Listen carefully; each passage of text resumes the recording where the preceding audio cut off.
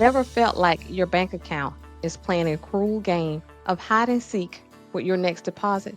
You are not alone. A staggering number of Americans admit their biggest money fear is running out of cash before the next paycheck hits. That fear.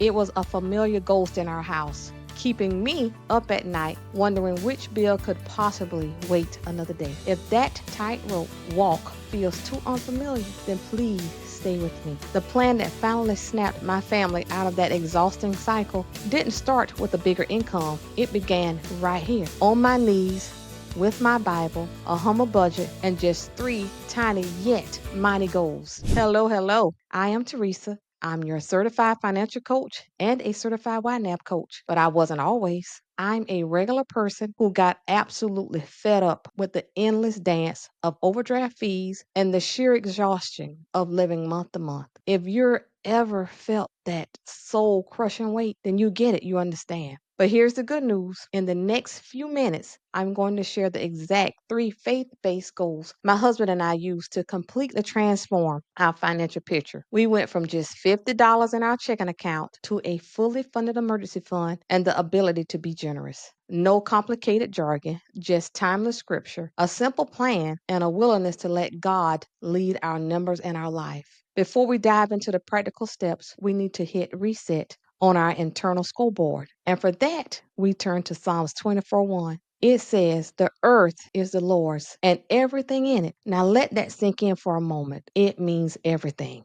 The money in your bank account, the car in your driveway, even that paycheck you're so desperately waiting for. None of it truly belongs to us. It all belongs to Him. Once that profound truth finally landed in our hearts, everything in our life shifted. The frantic question of how do we survive turned much more into an empowering one. How do we faithfully manage someone else's resources? This single mindset switch crushes that scarcity panic that I grew up with. Financial peace isn't about suddenly having zero bills. It's about the presence of a clear, God honoring plan that starts with acknowledging His ultimate ownership. Goal number one for you: give first and fear later. The first practical step we took, and perhaps the most counterintuitive one, was rooted in Proverbs 3, verse 9 through 10. Honor the Lord with your wealth, with the first fruits of all your crops. The instruction here is so clear. Honor God with your first fruits. For us, that meant riding the tide line, 10% right at the very top of our budget. Before groceries, before the mortgage, before anything else, the math looked absolutely impossible. Our checking account was already gasping for air, and we were going to give away 10% first. Like, really? We paired that step of faith with a very desperate prayer. God, you own it all. Show us you're faithful. Show us your faithfulness. And for 8 years now, we never, not once, missed giving that first 10%.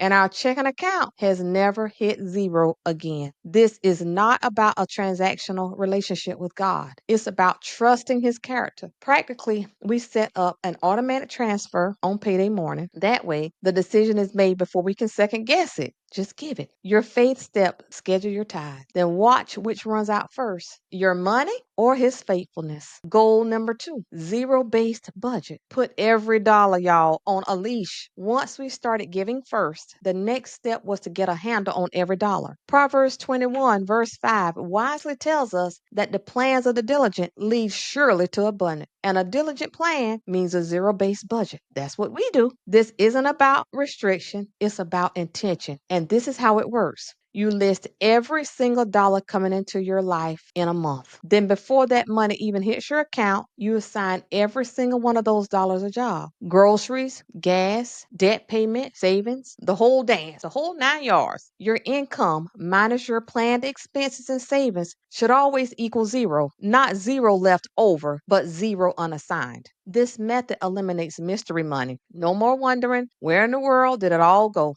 The first time we did this, it took a few hours. some tense moments, but now it's a 20-minute date night. We know exactly where our money is going before it arrives. It might sound restrictive to say when the dining out money is empty, we're done for the month, but freedom lives on that page. The money fights and stress are largely over before they start because you've already made the decisions before the fight could even start. You're directing your money, not just reacting to it. Your faith step here tonight. Today, write out a spending plan, even if it's just for one day. Ask God where He wants each of His dollars to go. Goal number 3. Build a baby emergency fund, $500 apiece. Proverbs 27:12 offers another gem of wisdom. The prudent see danger and take refuge, but the simple keep going and suffer for it. For us, taking refuge meant building a small but mighty baby emergency fund. Our target, a humble $500. We parked it in a separate savings account and literally labeled it, "Thou shalt not touch." This was a bouncer at the door of our budget, protecting us from life's inevitable curveballs. Finding that initial $500, it was not easy. We sold some items at a garage sale, we did stuff online, and I also put things at a consignment shop. Every extra penny went straight into that buffer. The first time our car battery died unexpectedly, it was a game changer. Instead of spiraling into credit card debt, we pulled out the cash and paid for it. No crisis, just a minor inconvenience. That small buffer gave us the confidence to be aggressive with our debt repayment. Your faith step